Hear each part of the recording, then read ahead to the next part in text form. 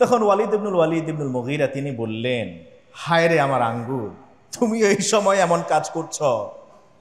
আল্লাহর দ্বীনের জন্য, নবীর নির্দেশ পালন করার জন্য যদি আমার জীবনটাও যায়, গর্দানটাও যায়, তারপরও আমি আল্লাহ রাসূলের নির্দেশ মানা থেকে আমি এক পাও পিছপা হব না। সুবহানাল্লাহ। আঙ্গুলটাকে টেনে ছিঁড়ে ফেলে দিলেন। আইয়াশ ইবনে আবি রাবিয়া, নবীজির আরেকজন সাহাবী, তিনিও গোপনেই বের হলেন হিজরতের পথে। ইতোপূর্বে হারিস ইবনে হিশাম যখন বের হচ্ছিল, আবু জাহেল, আবু লাহাবরা তাকে পাকড়াও করলেন, তাকে যেতে দিবেন না। গোপনে নিয়ে এমন এক জায়গায়, ওয়ান কাইন্ড অফ আয়না ঘর, যে ঘর কোথায় আছে, কোন অবস্থায় কি, কেউ জানতো না। হারিস ইবনে হিশামকে বন্দী করে সেখানে নিয়ে শৃঙ্খলাবদ্ধ করে রাখা হয়েছে, আটক করে রাখা হয়েছে। ওই ঘরটা কেমন ছিল, পরবর্তীতে এই হাদিসে, আমি যে হাদিস তুলে ধরছি এই হাদিসে বর্ণনা দেওয়া আছে। আইয়াশ ইবনে আবি রাবিয়া রাদিয়াল্লাহু তাআলা তিনিও হিজরতের উদ্দেশ্যে বের হচ্ছেন। ইন দ্য মিন টাইম তার সামনে এসে দাঁড়ালো আবু জাহেল এবং আরেকজন লোক। আবু জাহেল, সরি, ওইটা ছিল যাকে আবদ্ধ করা হয়েছে হিশাম ইবনে রাবিয়া, তাকে আবদ্ধ করা হয়েছিল। আর এইটা হলো হারিস ইবনে হিশাম। হারিস ইবনে হিশাম এবং আবু জাহেল এই দুইজন এসে আইয়াশ রাদিয়াল্লাহু তাআলা আনহুর পথ আগলে দাঁড়ালো। কোথায় যাও? যাই ইয়াসরিবে, হিজরতের জন্য। বললেন যে, শোনো, তুমি না তোমার মায়ের সবচেয়ে আদরের সন্তান, তোমার মা জীবনে তোমাকে নিজের হাতে খাইতে দেয় নাই, লোকমা তুলে খাইয়ে দিছে। খাবার টেবিলে তোমাকে না পাইলে তোমার মা নিজের মুখে খাবার নেয় না, তুমি জানো না? তোমার মা নিজের চুলে ততক্ষণ পর্যন্ত কি বলা হয়, তেল দেয় না যতক্ষণ পর্যন্ত তোমার মাথায় চুল না দেয়, তেল না দেয়। তুমি কি এটা জানো না? তো তুমি যে চলে যাইতেছো তোমার মাকে একা রাইখা, তাকে দেখবে কে? আর জানো কি তোমার মা কি বলছে? ইন্না উম্মাকা কাদ নাযারাত। তোমার মা একটা মান্নত করে ফেলছে অলরেডি। কি মান্নত করছে? আল্লাহ ইয়ামাসসা রাসাহা মুশতুন হাত্তা তারা। যতক্ষণ না তোমাকে দেখবে, তোমাকে তার সামনে পাবে, ততক্ষণ পর্যন্ত তার মাথার চুল আর তেল স্পর্শ করবে না। ওয়ালা তাস্তাযিল্লা মিন শামসিন হাত্তা তারাক। সে সূর্যের নিচে দাঁড়ায় থাকবে তোমার পথ চেয়ে। কখনো দিন যাবে, রাত যাবে, সূর্য উঠবে, ডুববে, সে কখনো ছায়ায় গিয়ে বসবে না, ওইখানেই দাঁড়িয়ে থাকবে যতক্ষণ না তোমাকে দেখতে পায়। ফারাক্কালাহা। সন্তান তো মাকে প্রচন্ড রকম ভালোবাসতেন, মায়ের অনুগত ছিলেন। মায়া লেগে গেল, অন্তরটা নরম হয়ে গেল। ওমর ইবনুল খাত্তাব রাদিয়াল্লাহু তাআলা আনহু তিনি তখনও হিজরত করেন নাই। ওমর ইবনুল খাত্তাব রাদিয়াল্লাহু তাআলা আনহু তখন তাকে বললেন, ঠিক আছে, তুমি আমার সাথে চলো, দিনের বেলায় আমার সাথে, আমার সঙ্গী হও, আমার সাথী হও। আবু জাহেল এবং হারিস ইবনে হিশাম যখন এই কথা এসে বললেন, তখন আইয়াশ ইবনে আবি রাবিয়া, মন তো ইতিমধ্যে দুর্বল হয়ে গেছে, বললেন যে না, আমি আমার আম্মার এই মান্যতটা ভাঙ্গায় তারপরে চলে আসবো। আর ওমর, আপনি জানেন আমার অনেক সম্পদ ওখানে আছে, এই সম্পদের কিছু অংশ নিয়ে আসবো, এটা মদিনায় গেলে কাজে লাগবে। ওমর বললেন, হায় রে আয়াশ, ইন্নাহু আল্লাহি ইন ইউরিদাকাল কওমু ইল্লা লিয়াফতিনুকা আন দীনিকা ফাহদারহুম। তুমি বুঝতে পারতেছো না, এ আবু জাহেল এবং হারিস ইবনে হিশাম তোমাকে ফিতনায় ফেলাইতেছে, তোমার পরীক্ষা নিতেছে, ভুলাইয়া ভালাইয়া তোমাকে দিন থেকে সরানোর ব্যবস্থা করতেছে, তুমি এটা বুঝতেছো না। ওয়াল্লাহি লাকাদ আদা উম্মাকা আল কামলু লাম তাশাতাত। তুমি তো এটা জানো, তোমার মার মাথায় যদি উকুন আসে, আর যদি উকুন যদি মাথায় কামড় দেয়, ব্যথা পায়, তাহলে সে ওই সময় তেলও দিবে, চিরুনিও লাগাবে। তুমি এত টেনশন করতেছো কেন? কি সুন্দর বুঝাইতেছে দেখেন। ওয়ালাউ কাদ ইস্তাদ্দা আলাইহা হাররু মাক্কাতা লাস্তাযাল্লাত। মক্কার এত গরম, এত রোদ, বেশিক্ষণ সহ্য করতে পারবে না, ওই মান্য তো রাখবে না। দেখবা যখন বেশি তাপ পাবে, গাছ পুড়ে যাবে, এরকম অবস্থা হবে, সে সুন্দরে গাছের ছায়া গিয়ে বসে থাকবে, এত টেনশন করার কিছু নেই। ক্বালা আবাররু কাসামা উম্মি। না ওমর, আমার মারে আমি অনেক বেশি ভালোবাসি। আমার মায়ের রাগ ভাঙাইয়া মন জয় কইরা আরো কিছু সম্পদ সাথে নিয়ে তারপরে আমি আইসা হাজির হব। ওমর বললেন, ওয়াল্লাহি ইন্নাকা লাতা'লামু আন্নী লিমান লা মিন আকতারি কুরাইশি মালান। আইয়াস, তুমি তো জানো কুরাইশদের মধ্যে আল্লাহ তাআলা আমাকে অনেক সম্পদ দিয়েছেন। আইয়াস, আমি ওমর বলতেছি, আমার যত সম্পদ আছে তার অর্ধেক সম্পদ আমি তোমাকে দিয়ে দেব। তারপরে তুমি যাইও না, গেলে ওখান থেকে আর ফিরতে পারবা না। আমার পুরো সম্পদ অর্ধেক আমি তোমারে দিয়ে দিব, তারপরে তুমি আমার পথযাত্রী হও, আমার সাথী হয়ে যাও। আইয়াস বললেন যে না, আমি আমার মাকে দেখা ছাড়া আমি যাব না। কিছু করার নাই, ওমর চলে গেলেন এদিকে। আইয়াসকে আবু জাহেল এবং হারিস ইবনে হিশাম এই সন্ধি আর ফন্দিতে ফেলে তাকে নিয়ে গেল।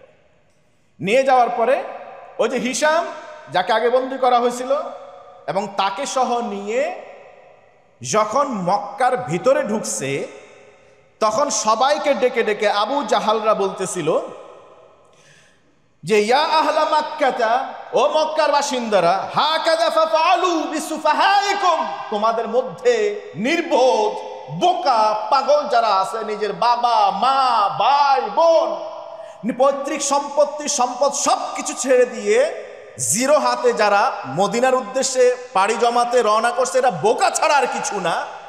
তোমরা তাদের সাথে ওই আচরণ করো যে আচরণটা আমি আইয়াস ইবনে আবি রবিয়ার সাথে করেছি আমরা।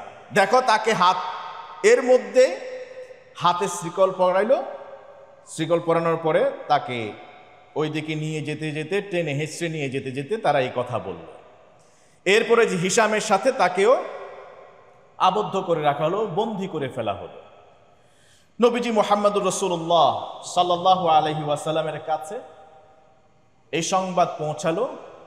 নবীজি ব্যথিত হলেন এবং ওমর ইবনে খাত্তাব রাদিয়াল্লাহু তাআলা আনহু যখন এত অফার দেওয়ার পরেও তিনি ফিরে আসলেন না, ওমর ইবনে খাত্তাব রাদিয়াল্লাহু তাআলা এক পর্যায়ে বললেন, যে ব্যক্তি ঈমানের স্বাদ গ্রহণ করেছে আবার কুফরের মধ্যে ফিরে গিয়েছে, আল্লাহ তাআলা তাকে আর ক্ষমা করবেন না। এইরকম কথা ওমর বলে ফেললেন। ওমর রাদিয়াল্লাহু তাআলা মদিনায় চলে গেলেন। নবীজি মুহাম্মদুর রাসূলুল্লাহ সাল্লাল্লাহু আলাইহি ওয়াসাল্লামের দরবারে জিবরিল আলাইহিস সালাতু ওয়াস সালাম এসে হাজির। সূরাতুজ জুমারের 53তম আয়াত, কুল ইয়া ইবাদিয়াল্লাযীনা আসরাফু আলা আনফুসিহিম লা তাকনাতু মির রাহমাতিল্লাহ ইন্নাল্লাহা ইয়াগফিরুয যুনুবা জামিআ ইন্নাহু হুয়াল গফুরুর রহিম। সুবহানাল্লাহ। বিশেষ করে ওমরকে সান্ত্বনা দেওয়ার জন্য আল্লাহ তাআলা এই আয়াত পাঠালেন। ওমর যে একেবারে ডিজার্টেড হয়ে গেলেন, মন ভেঙে গেল, আইয়াসকে রাখতে পারলেন না, শেষ পর্যন্ত বন্দী হলো আইয়াস। তো ওমর এক পর্যায়ে বললেন হয়তো বা তিনি শেষ, ইসলামের পথে এসে আবার ফেরত গিয়েছেন, এত কিছু বলার পরেও। তাই আল্লাহ তাআলা বলেন, ইয়া ইবাদিয়াল্লাযীনা আসরাফু আলা আনফুসিহিম, নবী হে, আপনি আমার পক্ষ থেকে শুভ সংবাদটা আপনার সাহাবীদের কাছে পৌঁছায় দেন না। ইয়া ইবাদি, ও আমার বান্দারা, আল্লাযীনা আসরাফু আলা আনফুসিহিম, যারা বারবার গুনাহ করো, বারবার গুনাহ করো, বারবার গুনাহ করো, একটার পর একটা, একটার পর একটা গুনাহ করতেই থাকো। লা তাকনাতু মির রাহমাতিল্লাহ, কভি নেই, কখনো না তোমরা আমার রহমত থেকে নিরাশ হইও না, কোনদিনও রহমত থেকে নিরাশ হইও না। ইন্নাল্লাহা ইয়াগফিরুয যুনুবা জামিআ, আমি আল্লাহ তো সেই আল্লাহ যে আল্লাহ কিছু রাখবো কিছু ক্ষমা করবে এমন না, সব গুনাহ আমি আল্লাহ তাআলা ক্ষমা করি। ইন্নাহু হুয়াল গফুরুর রহিম, তিনি তো গফুর, তিনি রহিম। সুবহানাল্লাহ। নবীজি মদিনায় হিজরত করলেন। ফাঁকে এটুকু বলে রাখি, এই অংশটুকু শেষ করার জন্য, মদিনায় যখন হিজরত করলেন, মদিনায় যাওয়ার পরে প্রথম যে কথা তিনি বললেন, মানলি বি আইয়াশ ইবনে আবি রাবিয়া, মানলি বি আইয়াশ ইবনে আবি রাবিয়া, কে আছে আমার কাছে আইয়াশ ইবনে আবি রাবিয়াকে নিয়ে আসবে, এবং হিশাম ইবনুল আসি, ওই যে আরেকজন বন্দী, এই দুইজনকে কে নিয়ে আসবে, কে তাদের ওই বন্দিত্ব দশা থেকে মুক্ত করে আমার কাছে নিয়ে আসবে। মদিনায় যাওয়ার পরে সাহাবীদেরকে উদ্দেশ্য করে তিনি বলতেছিলেন, পারবেন? কেউ দায়িত্ব নিতে পারবেন? মানে ফ্যাসিস্ট আমলে তো অনেক আলেম ওলামারে এরকম বন্দি করা হয়েছিল, তাই না? ওই চোখের সামনেই তো হয়েছে। তো এইরকম আলেম ওলামা, হক্কানি আলেম যারা ছিলেন, তাদেরকে যে নিরপরাধ মানুষগুলাকে যে বন্দি করে রাখা হয়েছিল চোখের সামনে, কেউ কি পেরেছিল ওই বন্দিত্ব থেকে, বেড়াজাল থেকে মুক্ত করে নিয়ে আসবার এই দুঃসাহস দেখাতে পেরেছিল? আপনার এই বাংলাদেশে ওই ফ্যাসিস্ট আমলেও তো ভালো মানুষ ছিল কিনা? আপনি উদ্যোগ গ্রহণ করলে হয়তো বা ভালো মানুষগুলি আপনার সাথী হতো, কিন্তু আপনি উদ্যোগ গ্রহণ করেন নাই। কিন্তু নবীজি এমন এক ঘোষণা করলেন, মক্কায় যাবে মদিনা থেকে, পুরো রাষ্ট্রযন্ত্রই হলো এই মদিনাবাসীর বিরুদ্ধে। বিশ্ব নবী সাল্লাল্লাহু আলাইহি ওয়াসাল্লামের সাহাবী যাদেরকেই পাবে তাদেরকে ছাড় দেবে না। এরপরে তো বদর যুদ্ধ হয়। কেন ইমাজিন, নবীজি এমন এক দায়িত্বের কথা বলছেন, যে দায়িত্ব হাতে নেওয়া যেন তেন বিষয় না, পুরো মক্কার রাষ্ট্রযন্ত্রের বিরুদ্ধে গিয়ে দাঁড়ানো। কি করে সম্ভব? ওই সময় এত টেকনোলজি ছিল না।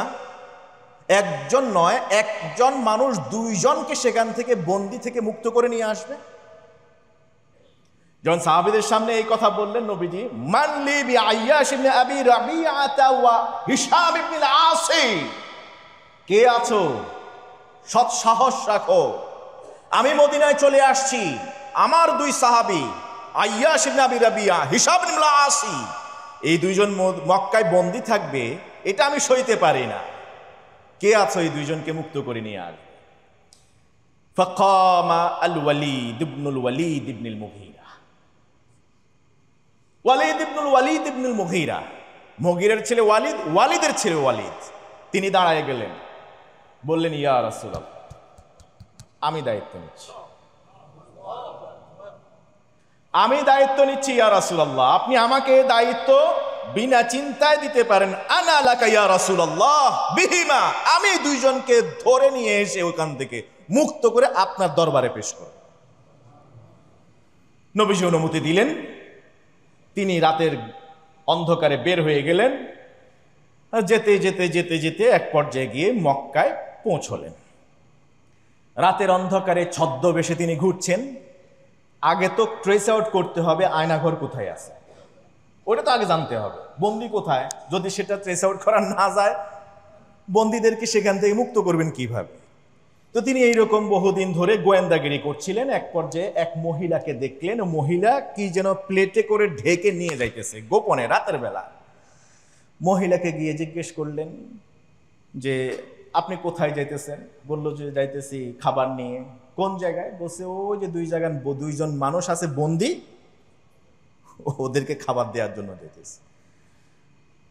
ওয়ালিদ ইবনুল মুগীরা তিনি বললেন, ঠিক আছে, তুমি যাও। ছদ্মবেশে ওই মহিলার ফুটপ্রিন্ট ফলো করলেন।